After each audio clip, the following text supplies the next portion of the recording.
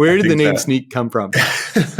so Snyk's kind of very first origin was this notion of, hey, we're going to instrument applications, we'll sneak data out, and but we'll spell it with Y like the cool kids do, and so SNYK. And I Googled it to sort of see if there's like Google contention, if there's anything else called Snyk.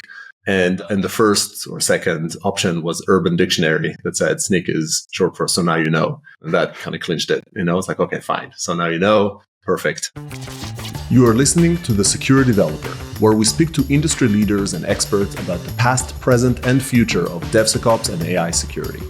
We aim to help you bring developers and security together to build secure applications while moving fast and having fun. This podcast is brought to you by Snyk. Snyk's developer security platform helps developers build secure applications without slowing down.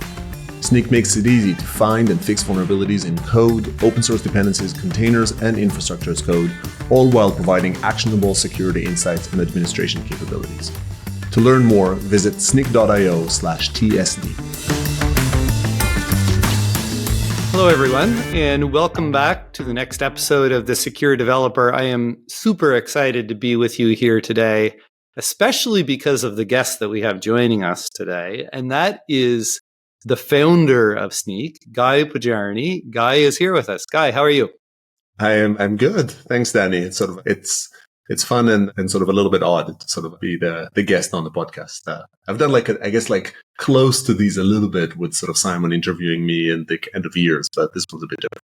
Yeah, I've been an audio listener of your podcast now 100 times, and so it's odd for me being on the other side and interviewing you. But of course, we wanted to do an official podcast where we covered the history of Snyk and the market and the evolution of all of that. And so I thought, what better way to go through this transition than to have you on and talk about the inception of Snyk? So if we bring it right back to the very beginning, I guess if I can start with a question, where did the idea of Snyk come from and when did it actually originate?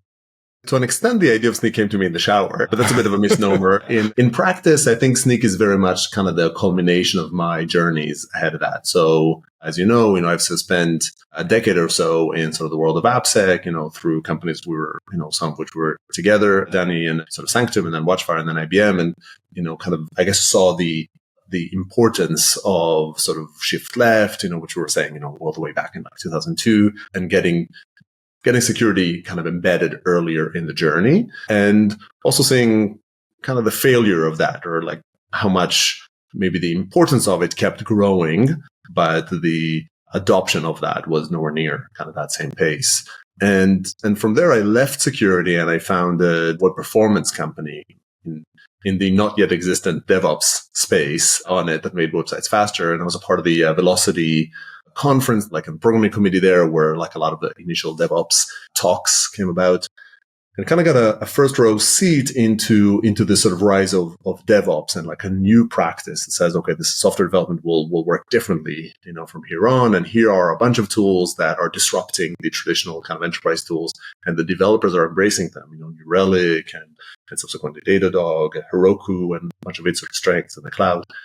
So Snyk is very much, after concluding, Blaze, that startup got acquired by Akamai, and I was CTO at Akamai for a bunch of years. So after those sort of 6-ish years in the world of DevOps and cloud, I was ready to start another thing. And Snyk was really around bringing those two together. So it's like, can I bring what I've learned in the world of DevOps to security to kind of help, break the barrier, I guess, into getting it embraced.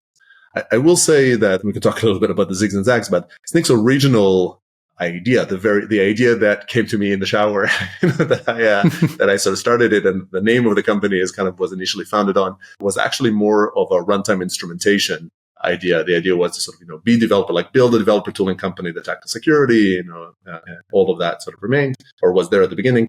But the idea was, hey, we will instrument applications like New Relic or like Datadog, and we will sneak data out, and we will kind of see what happens inside in a low effort way for developers, and then we'll sort of protect them automatically. And the open source security product was a way to get initial market reach, and has kind of evolved from there. Well, that's fantastic. I want to come back to the name because I know that there's a meaning behind the name, but on the point of bringing those two things together, the two things being developer security and runtime. Were you imagining that Snyk would focus solely on modern applications and not the legacy applications? When I say legacy applications, I'm thinking now you can go all the way back to COBOL, but C and C++. Were you really envisioning that this would be around modernizing modern applications only? I think I had a tendency to think about the cloud a lot as a core concept. And so, first of all, I wasn't smart enough to really think that far out. I thought developer security has to happen. And I was more focused on the future, more focused on this is the way applications will be built. And, we should be the security solution for that future way in which applications need to be built. So I think I was initially focused on modern applications, modern development practices. Even early on, sort of said that in terms of go-to-market, we would sort of follow DevOps. And so where DevOps was adopted, there's more likelihood that Snyk will be adopted. So I guess the answer is yes. I think a lot of the practices in terms of the tech stack and things like that, a lot of what was good about DevOps has actually sort of slightly inched backwards in performance. I don't know if there's CI/CD systems for COBOL, but definitely, slightly more middle of the road or of the era applications. There's definitely a lot more sort of C++ applications that can get continuously deployed, that are deployed on sort of microservices. So maybe there's a little bit of that could have still applied in the original thesis. I think once we've sort of expanded into embracing the developer methodology and going out of the runtime angle, then it really became anybody that uses open source. And that goes a fair bit back. Again, not entirely sure about COBOL, but that was more the SAST journey, which we can get to. Yeah. Well, let's touch on the name then before we get into open source. So Snyk, I think a lot of our listeners may know what it stands for, but let's hear it from the founder himself. Where did the name Snyk come from? So Snyk's kind of very first origin was this notion of, hey, we're going to instrument applications. We'll sneak data out, and but we'll spell it with Y like the cool kids do. And so SNYK. And I Googled it to sort of see if there's Google contention, if there's anything else called Snyk. And the first or second option was Urban Dictionary that said Snyk is short for So Now You Know. And that kind of clinched it. It's like, okay, fine. So now you know. Perfect. And that was it. Interestingly, later on, I heard about other analogies like sneaked is the name that like a lock sneaks when the bolt goes into place. So that was interesting. And sneaked is the Wolverine, like the sound that the sort of when the blades come out. So there were all those, but So Now You Know was really the, and in fact, we had magic at the beginning of Snyk. We created these magic wands, these tinfoil papers thing that kind of pop up into a magic wand. And they said Snyk on the outside. And when you open them, it said, So Now You Know on them. So we very much leaned into that. Well, I love the name, although I have to say, sometimes people don't know how to pronounce it because it is a challenging name, but for a good while, actually, it was our second top support question was, how do you pronounce the company name? And this was a fun story at the beginning of Snyk. I think we launched Snyk at Velocity Amsterdam in end of October of 2015. And there was a great guy from Austria there who was there and loved the idea. And he actually put together, this guy worked at Dynatrace, and he put together this video that talked about Snyk. And we were super early. We were really kind of grateful for, him kind of getting it out there on some sort of social sharing thing. And throughout the video, he says Snook. And we learned over the years that sort of the Austrian, the German accent lends itself to sort of pronouncing it as Snook. And he just sort of goes through and was debating, do we just sort of enjoy the reach, or do we kind of correct it? And we just sort of let it sort of run. And pronunciation was harder than I anticipated. No publicity is bad publicity. So it sparked conversations. It was probably good in the long run. Well, it gets people talking about you. Exactly. I know my parents, when they first heard about it, they call it Snyk, but we've leaned into it with sneakers and sneak peek of what's coming next. So brilliant name. So you started on the open source side, and that has to be a market evolution. If I go back 20 years, most software, when you're writing software, it was top to bottom, or at least 90% of the software you wrote. I presume, and I guess I'm looking for confirmation, that part of the thought process of moving to or starting with open source is because a lot of the market has shifted towards open source components over the years. Is that a correct assumption? Yeah, I mean, I think there was like a chain of decisions here. So the first one is that we modeled Snyk to be a developer tooling company that tackles security. And so our role models, when we thought about go-to-market, we thought about, how do you reach developers? Were very much, the New Relics of the world, again, sort of Roku. And those were very product-led growth. That term didn't exist, but, in practice, they were bottom-up players. And so that was a key requirement, right? The thesis, which I still stand behind, was that if you want to get developers to embrace security, you have to make it easy. And a part of that ease is to give them something that they can use and fall in love with. So that was one part of it. And so it needed to be, that was also a part of the choice of securing kind of open source libraries, is that a developer can do it. When you think about, for instance, the barrier to introducing a runtime agent, that's like a higher friction piece. And we understood that. And so we said, we're going to start with something lighter. Open source security at the time was an interesting domain because, it wasn't well covered. Like the only player really around was Black Duck. Nobody liked it. Nobody likes it today either, but there weren't any fans. There were just no real alternatives. And so felt like a space we could do. And indeed we could take an approach that was very, okay, if you're using, once again, sort of the modern lens, then you're installing dependencies, through NPM, through these libraries. Can we kind of help you make it easy for you to know if any of them is vulnerable? And so really the driver was, can we find something that is truly valuable, that is a bit of a window in the markets to sort of get initial adoption, and that enables this sort of bottom-up motion? And we underestimated, I think I've kind of learned to appreciate now that like any problem worth doing, is probably bigger and, more complex, than you think. And so I think we knew that it's a valuable thing to do. It was easy to pitch why you should do it. We knew practically nobody was doing it. And we knew the world of NPM, especially, which is where we started, was suffering from like dependency explosion and having, like people were afraid of dependencies, and they still are. Like it is a hard to wrangle domain, but we didn't appreciate how complicated it is. And so in the initial deck, it says 3 months, we're going to do open source security for NPM. And then after 3 months, we'll do it for Java. And then after 6 months, we'll get to our real product in runtime. And 3 years later, I think we launched our second product and it wasn't in runtime. So it was definitely more complicated. But I think in hindsight, that gap in the market was kind of well timed. It was an important problem that was growing in importance and was underserved in terms of solutions, especially for the modern developer. And when you say developer first, Guy Po, do you immediately jump to the IDE, or when you make that statement, was it more just I want to reduce the cognitive load on development, however that might be? I guess I'm wondering if that is a tool specific statement or a cultural approach statement. Yeah, it definitely is bigger than the tool. So the lens to sort of look through is, what if you only cared about developers adopting your tool? If you really didn't care about anything else, what would you do? And that's kind of the tunnel vision that we adopted. It says like, we want developers to embrace this product. We think the tools today are not fit for purpose for developers. They're built for auditors. They're not built for developers. And so what is built for developers? Which tools do developers love? And which companies do developers love? And we kind of set out to really mimic and kind of build on these role models that were the dev tooling companies that we most loved. And that manifested throughout the company, like we, in the color scheme of the website, in the choice of the logo, that's sort of behind you and it's hiding here behind me, in the go-to-market motion, in the choice of the product sensibilities. And so we built a command line interface. The original product was only a command line interface, and we put a lot of effort into the developer experience of that CLI. But also just like the language, everything around it. And also the people that we hired, like the people that I hired at the beginning, I very much sort of focused on people that have, UX focus, that have, developer experience. And I think one of the things that really worked out well for us, which were sort of semi-intentional, was we combined some sort of talent and competency in security that came mostly from sort of Israel and the Tel Aviv office with competencies around communities and sort of developer love and developer reach that came a lot more from the kind of UK center. And our R&D, our development was sort of really in both of those domains.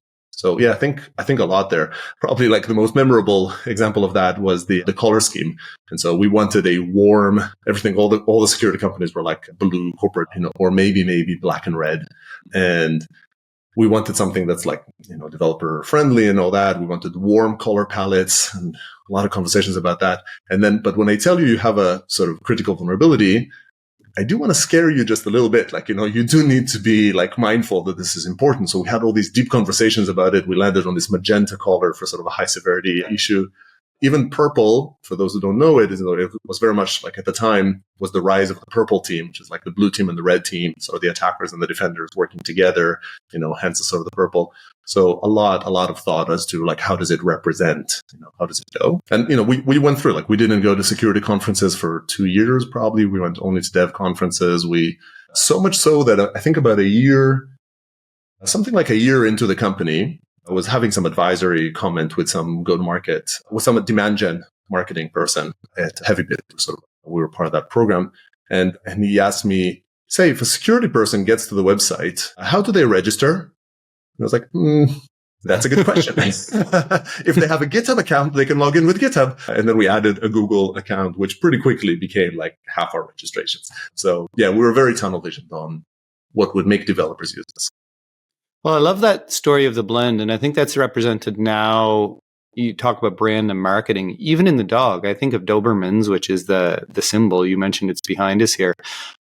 Dobermans are kind of scary dogs, but when you look at the Doberman patch, the dog for Snyk, he's a bit of a blend. He's not totally scary, but he's also not totally friendly either. Yeah, that was another obsession. If you want to do this as an exercise at home, you can flip the eyes.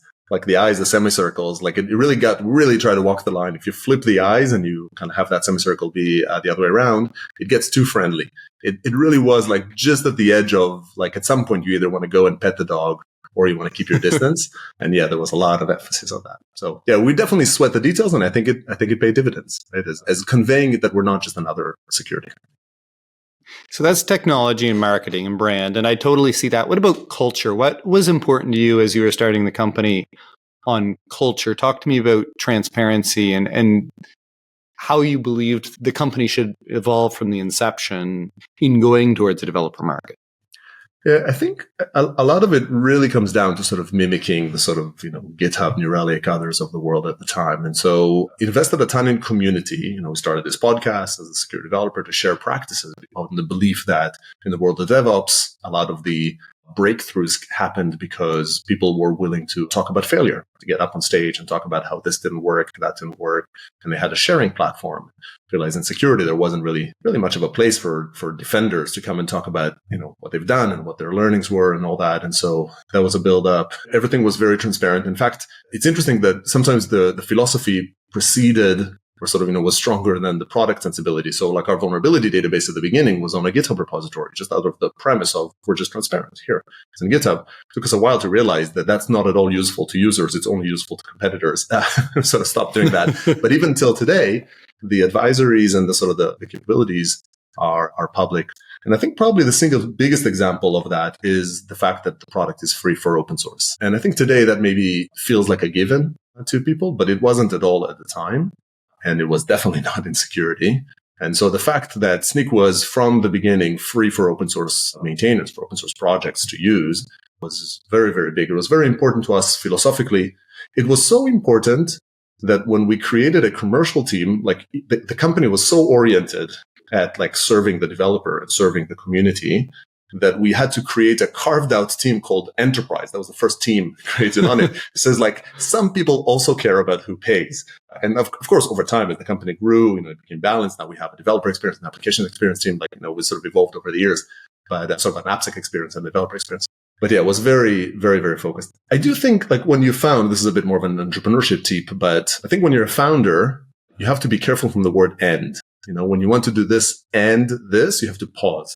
There are cases in which you have to do this and this, but I think you really have to be amazing at something to break through. And if you're just okay at everything, nobody cares. And so for us, the passionate focus on developers and everything around that community works. We even went as far at some point as acquiring a conference. We acquired DevSecCon at the time, which was like, can you acquire a conference? Like, turns out you kind of can, sort of. And, who have done a great job, Francois, they did a great job sort of building up that event as a center for sharing security experiences and such. And we helped amplify it. So yeah, very, very passionate on community. I think everything else, the transparency, the color scheme and all that, they're all side effects of focusing on what would make a developer discover you, love you, want to use your product, and successful in using your product. So if I play that back to you, and I completely agree with what you've said, what I'm hearing is it was really focused on developer first as the core premise.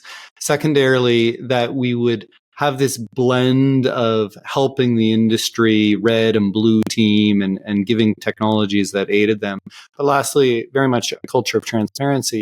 I've always believed that great companies, long-term generational companies, are built on a solid foundation. They may expand beyond that, and clearly Snyk has expanded beyond that. But is that a fair summation of what the foundations of Snyk are, on which the organization was built? I think they are, and I think they're also like core to how we build kind of the product and the ethos and sort of everything around the company culture. I do think that it's the addition of the business was an important addition. It sort of highlighted probably the biggest sort of push and pull that happens within the company even till today, when I think in the market, between depth and breadth.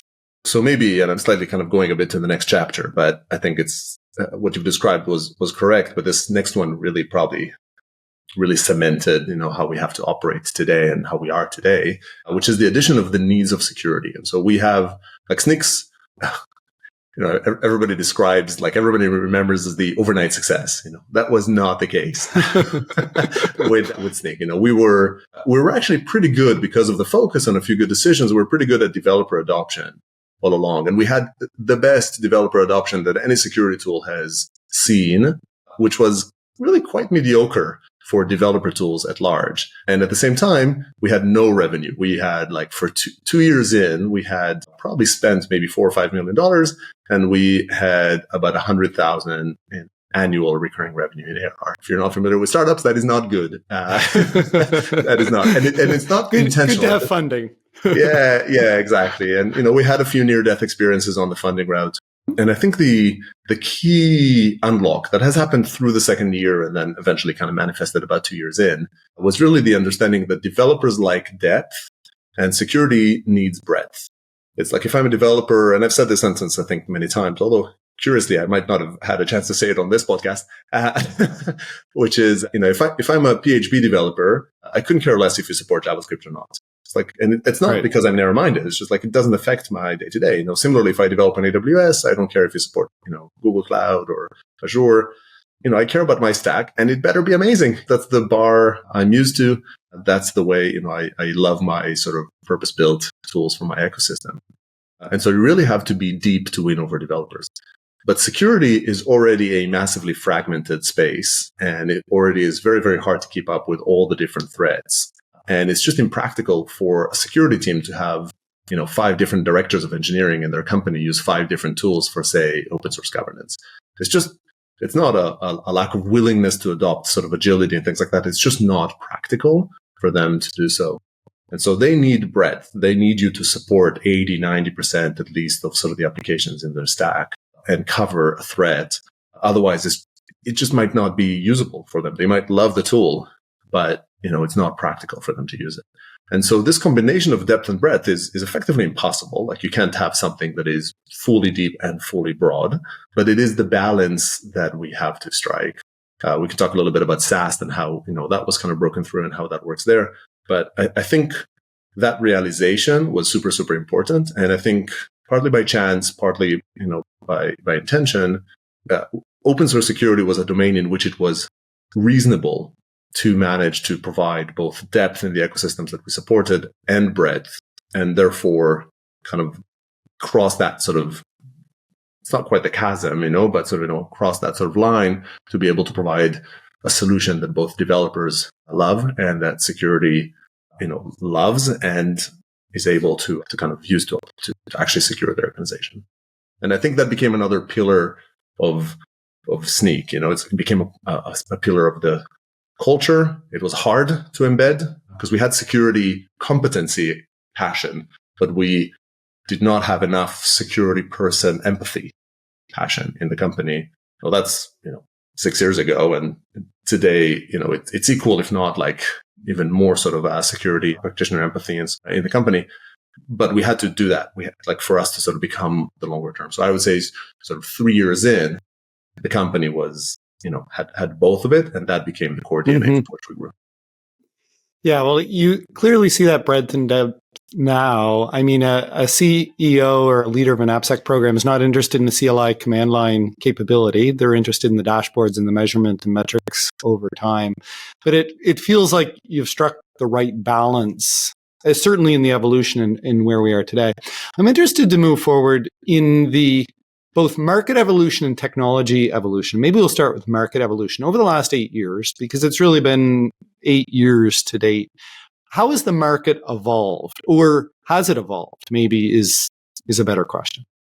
I think it evolved a lot. I think, first of all, it evolved in acceptance of developer security as the solution that is needed. It transitioned, sort of feels like somewhere around sort of 4 years ago or so, was really a bit of a tipping point to go from should I do this to how do I do this? I think it goes hand in hand with the acceptance and a little bit of mileage with DevOps. I think a lot of organizations might have already chosen DevOps and cloud, but they've not experienced it yet. So they haven't really internalized how the speed of software development that those technologies bring make your existing AppSec program just pointless. Like if you're not embedding it into development, you're just not going to keep up. So enough people had to feel the pain. But at the beginning of Snyk, we had a lot of conversations. I had quite a few conversations in which either people were saying, yeah, that's great, but we're not ready for it.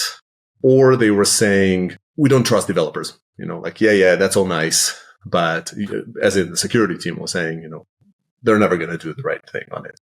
And I think at around that, roughly that point in time, the percentage, clearly there were always the sort of the brilliant, those sort of amazing security leaders that sort of helped us also kind of build up the company that were at the forefront, many of whom I had the chance to interview on this podcast, but also like some majority tipped and people started saying, okay, I know I need to do this, but it is hard. How do I change the culture? How do I get people to embed it?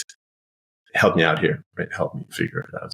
And so I think that's a big change. Applying it further, I think there was an understanding of a slightly more meta change, which is software is eating the world, and that an increased transition that frankly goes all the way back, Danny, to like our AppScan days, sort of back then, from that sort of network security or infrastructure security into application security, and how more and more decisions are being made at the application security side are important, and therefore how you should just put more weight onto application security as a whole. So that's, I think that specifically is probably something that has really only landed in the last couple of years.